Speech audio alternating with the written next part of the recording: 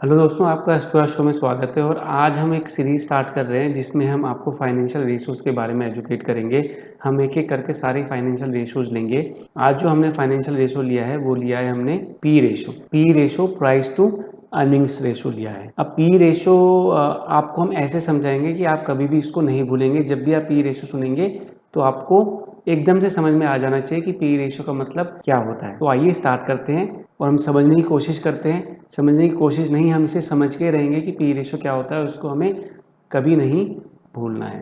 P ratio का मतलब होता है प्राइस टू अर्निंग्स रेशियो, यानी कि प्राइस का मतलब यहाँ पे होता है शेयर प्राइस, यानी शेयर का प्राइस जो आप शेयर के लिए पैसा दे रहे हैं, पैसा आपकी हार्ड एंड मनी है, आपने बहुत मेहनत से जो पैसा कमाया है, उसका जो कंपनी है, कंपनी मान लीजिए एबीसी है, उसकी अर्निंग्स के साथ क्या संबंध है, क्या उसका रेशियो है। दोबारा से मैं कहूँगा, जो भी शेयर है उसका जो प्राइस है, करंट प्राइस है, उसका उस कंपनी की अर्निंग से क्या संबंध है। कोई रिलेशन तो होना चाहिए ना।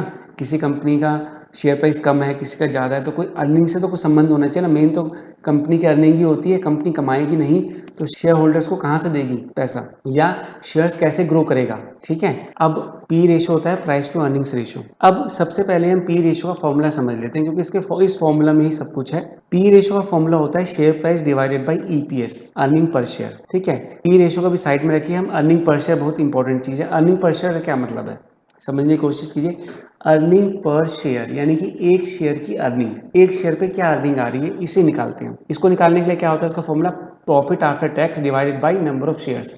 बिल्कुल मत घबराइए, यदि आपको ये टर्म्स बिल्कुल अलग लग रहे हैं तो घबराने की बिल्कुल जरूरत नहीं है। मैं बिल्कुल इसको सिंपल कर दूंगा। प्रॉफिट आफ्टर टैक्स का मतलब है कंपनी ने जितना भी पैसा कमाया, सारे खर्चे निकालने के बाद, टैक्सेस निकालने के बाद, उसका जो है नेट प्रॉफिट क्या रहा। सीधी सीधी सी बात है, आप जॉब करते हैं, आप यदि अपना बिजनेस करते हैं तो आप भी यही कैलकुलेट करते हैं ना कि आपने सारे खर्चे निकालने के बाद, एम्प्लॉय की सैलरी, ये वो सब कुछ, टैक्सेस वैक्सेस सब निकालने के बाद आपका प्रॉफिट क्या है। उस प्रॉफिट को यदि कंपनी जो है एबीसी, यदि कंपनी का जो प्रॉफिट हुआ है उस कंपनी को यदि सारे शेयर्स में बराबर बांट देती है, जितने भी शेयर्स हैं आउटस्टैंडिंग शेयर्स में बराबर बांट देती है, तो एक शेयर पे कितनी अर्निंग होती है, वो होता है अर्निंग पर शेयर। मान लीजिए किसी कंपनी का प्रॉफिट 100 करोड़ है। ठीक है। 10 करोड़ क्या है, शेयर्स हैं।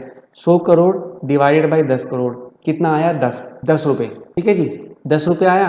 यानी कि एक शेयर पे 10 रुपए की अर्निंग है। एक शेयर पे यदि मैं एबीसी कंपनी का एक शेयर लेता हूं तो मुझे 10 रुपए मिलेंगे भाई। मुझे साल के 10 रुपए मिलेंगे अगर मैं एक शेयर एबीसी कंपनी का लेता हूं। अब यदि शेयर का जो प्राइस है 10 रुपए है, यदि शेयर का प्राइस 10 रुपए है तो मेरे एक साल में वसूल हो जाएंगे पैसे। भाई 10 रुपए का शेयर है और 10 रुपए मुझे कमा के देगा ये, तो सारे पैसे मेरे वसूल हो गए। लेकिन यदि इसका शेयर का प्राइस 100 रुपये है, यदि शेयर का प्राइस 100 रुपये है तो क्या करेगा, कितने साल में कमा के देगा, 10 साल में कमा के देगा। भाई 10 गुना ज़्यादा पैसे दे रहे हैं ना, इसका मतलब हम 10 रुपये का है और हम 100 रुपये दे रहे हैं तो 10 गुना ज़्यादा पैसे दे रहे हैं। तो यही होता है पी रेशो, कि आप उस कंपनी की जो अर्निंग पर शेयर कितनी है, आप उससे कितना ज़्यादा पैसा उसे दे रहे हैं, या उसको दूसरे तरीके से बोल सकते हैं कितने साल में आपके पैसे वो वसूल हो जाएंगे। यदि भाई अर्निंग पर शेयर, यदि एक शेयर जो है कमा के 10 रुपये देता है और 10 ही रुपये का मिल रहा है तो कितने हो गया, एक हो गया, पी रेशो हो गया 1। ठीक है, यानी कि एक साल में आपके वसूल हो जाएंगे।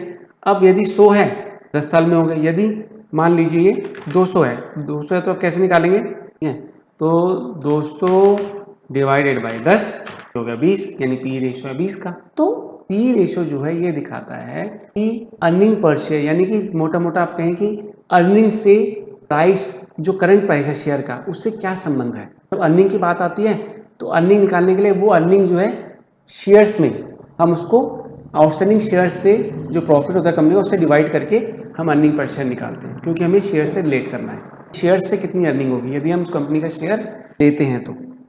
पी रेशो कम है या ज़्यादा है, ठीक है। यदि पी रेशो कम है उसका मतलब क्या है, आपका जो रिटर्न है जल्दी हो जाएगा, यानी आपको सस्ता मिल रहा है। लेकिन जो चीज़ सस्ती होती है वो अच्छी होती है, जो चीज़ सस्ती होती है हमारी रियल लाइफ में हम वही चीज़ लेते हैं जो सस्ती होती है, ऐसा नहीं होता है। कई बार सस्ती वाली चीज़ अच्छी होती भी है, कई बार सस्ती चीज़ बेकार भी होती है। वो सस्ती इसलिए क्योंकि वो बेकार है। इसी तरीके से कोई चीज़ महंगी होती है क्या हमेशा बेकार होती है, महंगी चीज़ भी कई बार अच्छी होती है।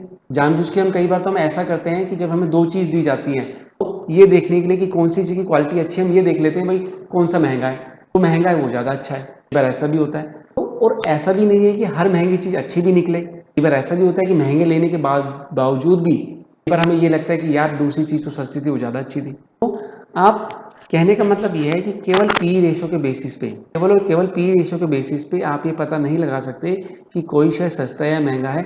आपको और भी फाइनेंशियल रेशोज देखने पड़ेंगे, और भी चीज़ों को देखना पड़ेगा। कंपनी किस बिजनेस में है, कंपनी कैसा कर रही है, कंपनी की ग्रोथ क्या है, सारी चीज़ों को देखने के बाद ही आप डिसाइड करते हैं कि कंपनी का जो शेयर प्राइस है वो सही है, कम है या ज़्यादा है। वीडियो देखने के लिए बहुत बहुत धन्यवाद। यदि आपको कोई भी डाउट है तो आप कमेंट बॉक्स में कमेंट कीजिए, तो मैं उसमें ज़रूर रिप्लाई करूँगा। जय हिंद, जय भारत।